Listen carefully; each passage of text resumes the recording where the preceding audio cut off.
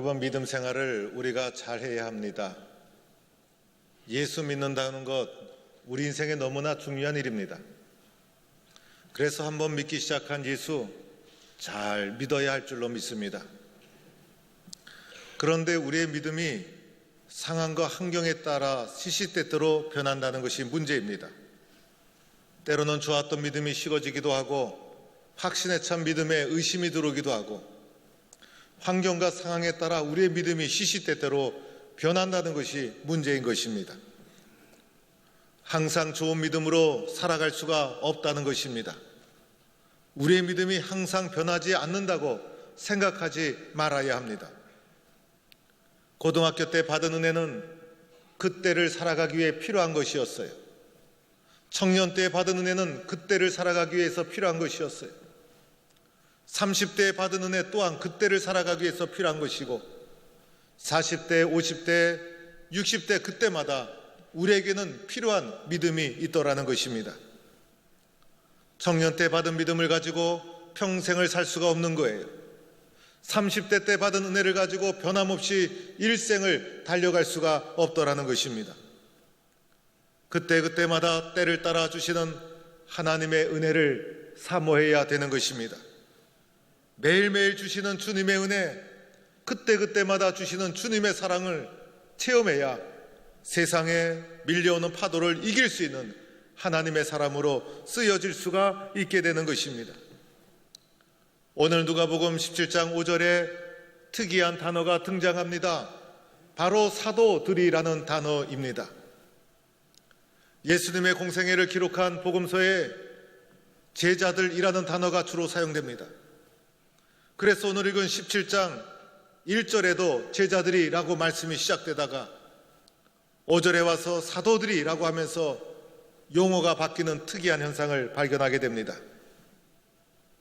이것은 후대에 누가복음을 기록하면서 예수님의 그때의 그 사건을 기록하면서 초대교회의 현재 처한 상황을 말씀 속에 반영하고 있는 것이다 라고 할 수가 있는 것입니다.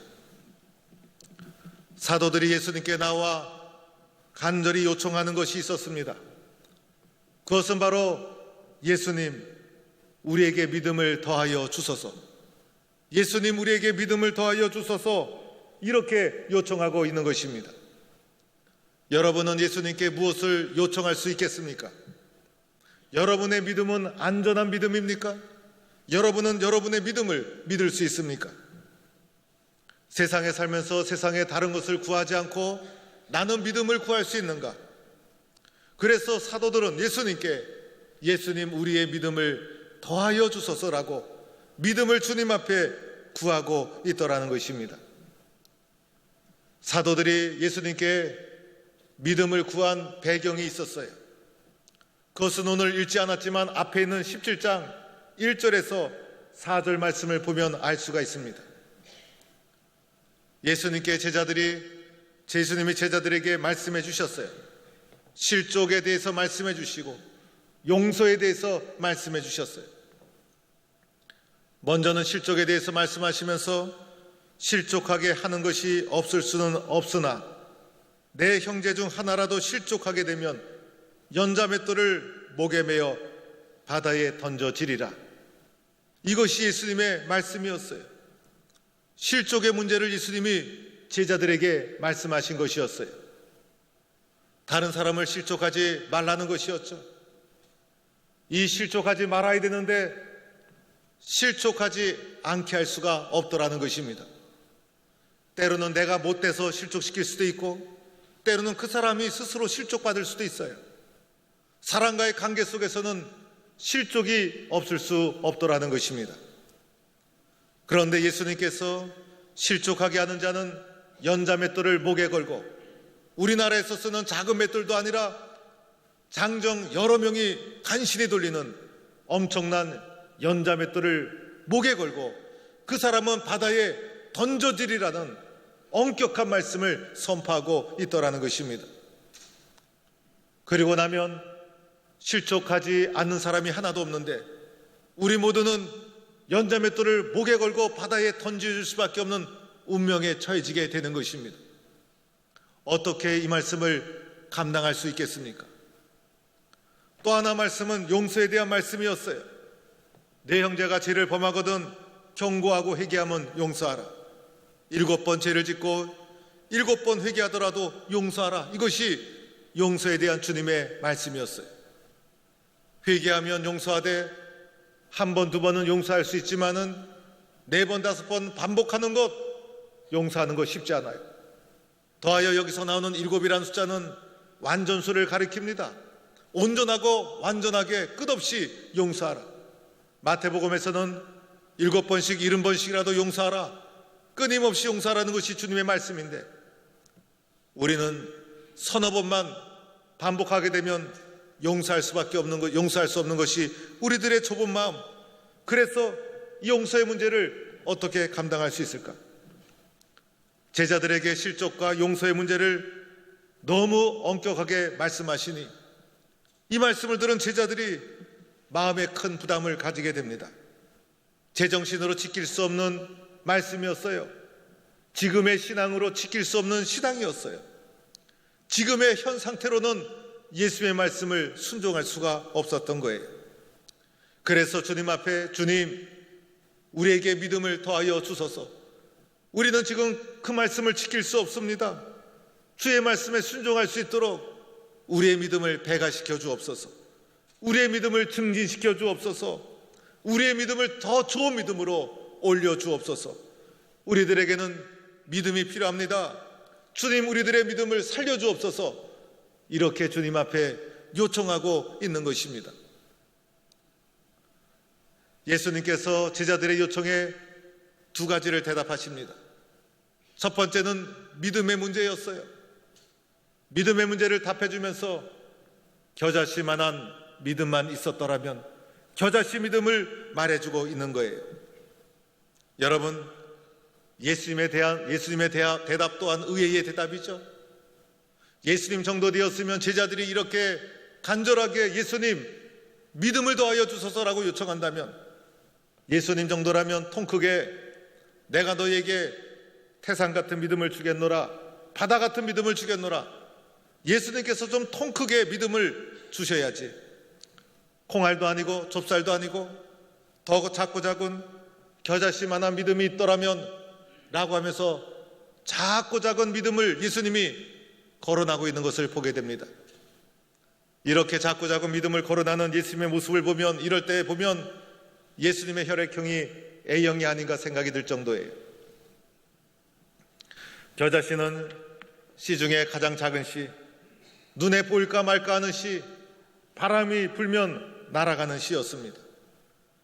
예수님께서 사도들에게 너에게 이렇게 작은 겨자씨만한 믿음이 있더라면 이만한 믿음이 있느냐? 이렇게 물어보고 있는 것입니다. 겨자씨 믿음은 무슨 뜻을 가지고 있을까? 첫째는 작은 믿음이라는 뜻을 가지고 있어요. 작은 믿음은 있다면 이라는 뜻을 가지고 있어요. 오늘 본문을 잘 살펴보면 예수님은 제자들의 믿음을 부정하지 않아요. 너희들의 믿음이 있다는 것을 나는 인정한다. 그런데 그 믿음 위에 겨자씨와 같은 작은 믿음이 덧입혀진다면, 그 작은 믿음이 너희의 믿음 위에 더하여진다면 이라는 뜻을 가지고 있다는 것입니다. 여러분, 한꺼번에 큰 믿음은 가지기 힘들어도 겨자씨같이 작은 믿음은 덧붙일 수가 있지 않겠습니까? 우리는 지금 믿음이 있기 때문에 이 자리에 나오지 않았습니까? 여러분은 예수님께 관심이 있고 믿음이 있어서 이 자리에 나왔어요. 그런데 그 믿음 위에 엄청난 큰 태산 같은 믿음, 바다 같은 믿음이 더하여진다고 했더라면 어떻게 감당할 수 있었을까? 그런데 예수님께서는 겨자씨와 같은 작은 믿음, 콩알도 아니고 좁쌀도 아니고 겨자씨와 같은 작은 믿음은 너희가 가진 그 믿음 위에 덧붙일 수 있지 않겠느냐, 우리에게 말해주고 있는 거예요. 겨자씨만큼 더 기도하고, 겨자씨만큼 더 사랑하고, 겨자씨만큼 더 순종하고, 겨자씨만큼 더 전도할 수는 있지 않겠느냐. 현재의 믿음의 상태로는 부족하지 않느냐. 그런데 작지만은 겨자씨만큼은 더 노력할 수 있지 않겠느냐. 작은 믿음이 더 얹혀진다면 놀라운 역사가 일어나게 된다는 것입니다. 때로는 작은 것이 큰 것이 결정해요. 작은 배려, 작은 관심, 작은 친절, 작은 열심, 작은 헌신, 그 작은 것이 전체를 결정하는 것을 보게 됩니다. 작은 것이지만은 소중한 것이에요. 작은 것이지만 너무나 중요한 것이에요. 우리의 믿음 위에 겨자씨와 같은 작은 믿음은 얹혀질 수 있지 않겠는가? 이것이 얹혀진다면 놀라운 역사가 일어난다는 거예요. 이 작은 믿음이 얹혀지느냐 얹혀지지 않느냐에 따라서 결과가 달라진다는 거예요. 겨자씨 믿음은 또한 이런 뜻을 가지고 있어요. 생명력 있는 믿음이 있느냐라는 것이에요. 겨자씨는 작고 작은 것이지만은 그 속에는 생명이 있죠. 그래서 한번 심겨지면 생명이 있는 것은 싹이 나고 줄기가 되고 나무가 돼서 큰 나무를 이루게 되는 것이에요. 아무리 크더라도 생명이 없으면 소용이 없는 것이에요. 그러나 겨자씨는 작지만은 생명이 있다는 거예요. 우리의 신앙이 아무리 크다 한들 잠자고 있고 죽어 있으면 아무 소용이 없어요. 나의 신앙은 살아있는가? 나의 신앙은 생명이 있는가? 혹시 나의 신앙은 죽어 있지 않은가? 나의 신앙은 잠자고 있지 않은가? 너의 신앙은 살아있는가? 이것을 우리에게 묻고 있더라는 것입니다. 겨자씨는 살아있는 생명을 말하고 있는 것이죠. 살아있어 움직이고 실제로 사용되고 실제로 믿어지고 실제로 사용되고 쓰여지는 생명력 있는 살아있는 믿음을 말해주고 있는 것이에요. 제자들이 믿음을 더하여 주소서라고 기도하자 요청하자 예수님은 그에게 겨자씨 같은 믿음을 말해주고 있는 거예요. 제자들은 주님 우리에게 믿음을 더하여 주소서라고 하면서 믿음의 크기, 믿음의 양에 관심을 가졌지만은 예수님은 겨자씨 믿음을 말하면서 믿음의 질을 말해주고 있는 것이에요. 작지만 살아있는 믿음, 작지만 생명력 있는 믿음, 이런 믿음만 있다면 놀라운 일이 일어난다는 것이에요. 뽕나무다로 뽑히어 바다에 던지우라 하면 그대로 순종한다는 것이에요. 뽕나무는 뿌리가 여러 갈래로 뻗쳐지면서 흙 속에 깊이 뿌리를 내리게 됩니다. 뽕나무의 길이는 10m에서 15m, 수명은 600년까지도 산다고 합니다. 그 나무를 뽑는 것은 쉬운 일이 아니에요. 작고 작은 나무를 뽑는 것은 누구나 할 수 있어요. 그러나 큰 나무를 뽑는 것은 인간의 힘으로 할 수가 없더라는 거예요. 나무가 바다에 심겨지는 것 있을 수 없는 일이죠. 나무는 흙 속에 심겨지는 것이지 바다에 심겨지는 것이 아니더라는 거예요. 우리가 명령한다고 사람도 아닌 뽕나무가 스스로 순종합니까? 있을 수 없는 일이에요. 그러나 내 믿음 위에 겨자씨와 같은 작은 믿음이 덧입혀진다면, 겨자씨와 같은 생명력 믿는 믿음이 현재 나의 믿음 위에 더하여진다면 있을 수 없는 일, 상상하지 못한 일, 생각하지 못한 일, 놀라운 일이 일어나게 된다는 것입니다. 우리가 세상에서 겪는 모든 문제는 문제의 크기에 문제가 있는 것이 아니라 그 문제를 바라보는 나의 믿음에 문제가 있더라는 것이에요. 겨자씨와 같은 믿음이 덧입혀진다면 상상할 수 없었던 놀라운 결과가 이루어진다는 것이에요. 때로는 진로의 길이 열리죠. 사업의 길도 열리죠. 자녀의 앞길도 열리죠. 주님 앞에 기도하고 간구하던 것, 때로는 세상 앞에서 낙심하고 절망하고 포기했던 것, 내가 상상하지 못했던 놀라운 일들이 내 힘으로 할 수 없었던 놀라운 결과가 예수님 안에서 이루어지는 결과가 주어지게 된다는 것입니다. 우리는 주님 앞에 이렇게 기도해야 합니다. 하나님, 겨자씨와 같은 믿음을 더하여 주옵소서. 겨자씨만큼은 제가 더 할 수 있어요. 겨자씨만큼 더 기도하게 하여 주세요. 겨자씨만큼 더 순종하게 해주세요. 겨자씨만큼 더 인내하게 해주세요. 겨자씨만큼 더 사랑하게 해주세요. 겨자씨만큼만 더 한다면 여러분 인생에 놀라운 축복이 임하실 줄로 믿습니다. 사도들의 요청에 예수님께서 첫 번째로는 믿음의 문제, 겨자씨 믿음, 두 번째 문제는 태도에 대한 문제를 말하면서 무익한 종에 대해서 말씀하고 있는 것입니다. 종이 밭을 가거나 양을 치고 돌아와서 종이 한 일에 대해서 주인이 수고했다, 고맙다, 감사하다 그러지 않는다는 거예요. 왜냐하면 종이 당연한 것을 했기 때문이에요. 밭을 가고 양을 치고 돌아와서 주인의 먹을 것을 준비하는 것 당연하다는 거예요. 주인의 먹을 동안에 종이 또 시종 드는 것도 당연하다는 거예요. 왜냐하면 종이기 때문이었어요. 종들이 주인의 명령을 다 순행하고 나서도, 다 준행하고 나서도 오늘 본문에 나오는 이 종은 도리어 나는 무익한 종입니다, 이렇게 고백하고 있더라는 것입니다. 오늘 이 종은 선한 종이었어요. 겸손한 종이었어요. 무익한 종이 아니라 겸손한 종이었어요. 이 종은 당연히 내가 해야 될 것을 해야 됐다는 거예요. 오늘 이 종은 내가 종이라는 사실을 분명하게 인식하고 있었어요. 겸손한 종이었고 당연한 것을 했고 많은 수고를 했어도 자신을 내세우지 않았어요. 종에게 요구되는 것이 무엇입니까?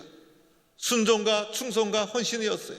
이 모든 것을 아름답게 잘 순종한 종이었어요. 자기 스스로는 무익한 종이다 이렇게 고백했지만은 하나님 앞에서, 종 앞에서는, 주인 앞에서는 참으로 선한 종이었다 말할 수가 있는 것이에요. 그러나 종 중에는 악한 종도 있죠. 교만한 종, 겸손하지 못하는 종, 불순종하는 종, 그리고 주인보다도 자신의 업적을 드러내는 종, 이런 종들이 많이 있다는 것이에요. 자기의 욕심을 추구합니다. 이런 악한 종들이 도처에 많이 있다는 것입니다. 오늘 이 본문을 통해서 무엇을 말해줍니까? 우리 모두는 예수님의 종이라는 것이에요. 우리 모두는 예수님의 종인데 어떠한 종의 자세를 가져야 하는가? 어떠한 종의 태도를 가져야 하는가? 주님을 위해서 헌신하고 수고하고 충성했어도 주님, 나는 무익한 종입니다. 저는 당연히 해야 될 것을 했습니다. 이것이 우리가 가져야 될 바른 자세라는 것입니다. 신앙의 본질을 회복해야 된다는 것이에요. 하나님 앞에 가져야 될 바른 자세를 가져야 된다는 것이에요. 하나님 앞에서 가져야 될 신앙의 본질을 붙잡고 나가야 된다는 것입니다. 오늘의 본문은 초대교회의 상황을 반영하고 있는 것이에요. 오늘 17장 5절도 사도들이라는 말씀으로 시작하지 않습니까? 당시의 초대교회가 위기에 처해 있다는 것을 말해줍니다. 핍박이 밀려오고 시련이 밀려오고 세상의 여러 가지 유혹 앞에 교회는 무기력했습니다. 교회의 능력이 점차 위축돼 가기 시작했어요. 지금 현재의 믿음으로는 세상을 감당할 수가 없었다는 것이에요. 더하여 성도들 하나님에 대한 바른 자세를 망각하고 말았다는 것입니다. 환경과 신앙 상황에 따라 신앙이 변질되기 시작했어요. 세상과 포기하는, 타협하는 사람, 시련 앞에 포기하는 사람, 어려움이 닥치자 낙심하고 절망하는 사람들이 생겨납니다. 기쁨으로 봉사하기보다도 자기의 공로를 내세우기 시작합니다. 주님의 영광을 위해서 일하기보다도 나의 욕심과 욕망을 채우기 시작합니다. 초대교회가 처한 상황이 오늘 한국교회가 처한 위기적 상황과 너무나 같습니다.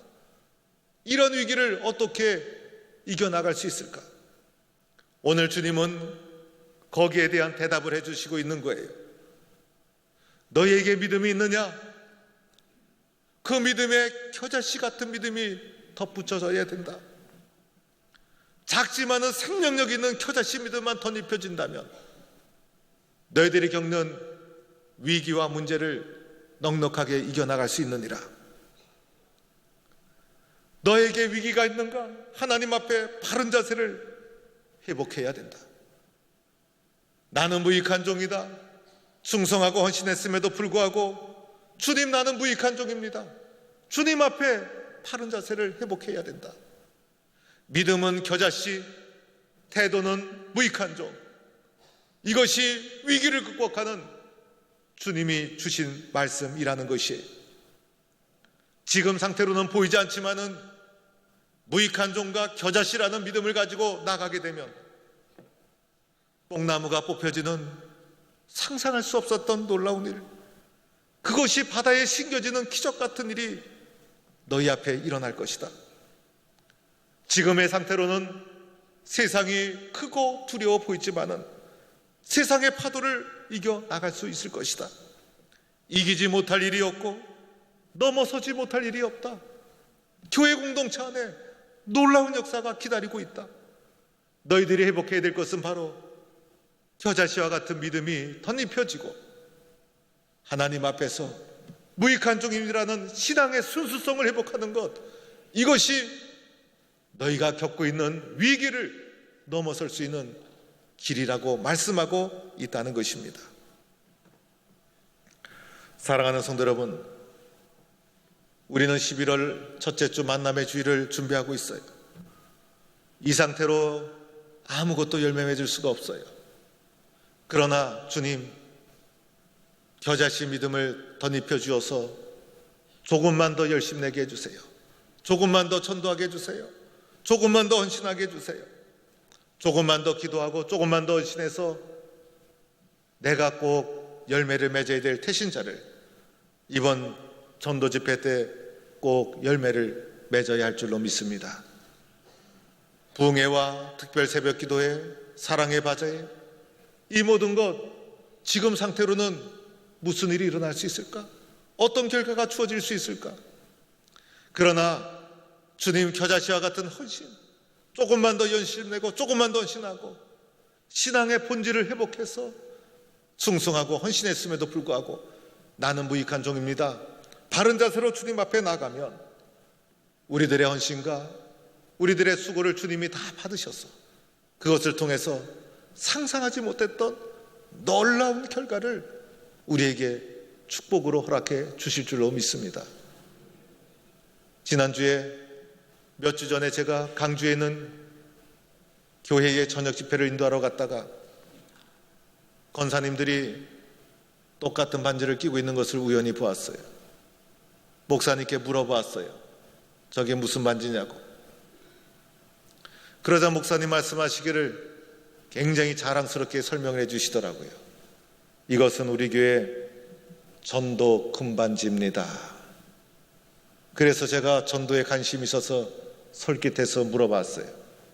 그랬더니 하는 얘기가 저희 교회는 전도상 1등, 2등 주지 않습니다. 1년에 12명 전도하면 12명 전도한 분에게 전도 금반지를 끼워드립니다. 그래서 우리 교회 권사님들은 전도 금반지 안 낀 권사님은 권사라고 해도 권사 축에도 못 낍니다. 우리 교회 안수 집사님, 장로님들, 남자 성도님들 그 전도 금반지 끼려고 무지하게 노력합니다. 그래서 성도들이 전도 금반지를 끼고 나면 결혼 반지 빼고 전도 금반지 끼고 다이아몬드 반지 빼고 전도 금반지 끼고 교회 와서는 전도 금반지를 보여주면서 전도 금반지 없으면 자랑도 못한다는 거예요. 제가 그 말에 은혜를 받을 정도가 아니었어요. 성령의 감동이 밀려와서 순간적으로 결단을 했어요. 하나님, 저도 우리 교회 성도들 1년에 그 교회는 10명 전도하면 준다고 합니다. 그런데 우리는 예수님도 12제자 훈련시켰는데 12명 1년에 전도하신 분에게 전도 금반지, 다른 전도 시장 다 없애고 전도 금반지 끼워드리겠습니다. 그래서 우리 교회 전도 금반지 올해 연말이 가기 전에 끼게 되는 분이 10명 이상 나오게 해주세요. 그래서 이 전도 금반지가 성도들 속에 다 퍼질 수 있도록, 그래서 전도 금반지로 전도 시상을 하기로 마음의 결심을 했어요. 여러분, 하면 되는 거예요. 조금만 더 하면, 조금만 더 하면, 조금만 더 하면 겨자씨 믿음이 덧입혀지면 생각지도 않은 놀라운 역사가 일어납니다. 또한 여러분의 삶 속에 어떠한 위기를 겪고 있습니까? 어떤 문제 때문에 힘들어합니까? 그러나 감당하지 못할 시험은 아무것도 없어요. 조금만 더 기도하고 조금만 더 인도하고 겨자씨와 같은 믿음만 덧입혀지면 놀라운 결과가 주어지게 되는 것입니다. 오늘 우리가 겨자씨만큼만 더 힘쓴다면 지금은 보이지 않지만은 놀라운 결과가 우리를 기다리고 있어요. 나는 무익한 종입니다. 교회의 본질을 회복하는 바른 자세를 가지고 섬기고 봉사하고 충성하면 놀라운 은혜가 우리를 기다리고 있어요. 우리는 주님 앞에 이렇게 기도해야 합니다. 하나님, 나에게 믿음을 더하여 주옵소서. 주님, 내 믿음을 증진시켜 주옵소서. 주님, 저는 이대로 살 수 없습니다. 나의 믿음을 배가시켜 주옵소서. 나의 믿음을 더하여 주옵소서. 이렇게 부르짖어 응답받는 성도가 되기를 주의 이름으로 축원합니다.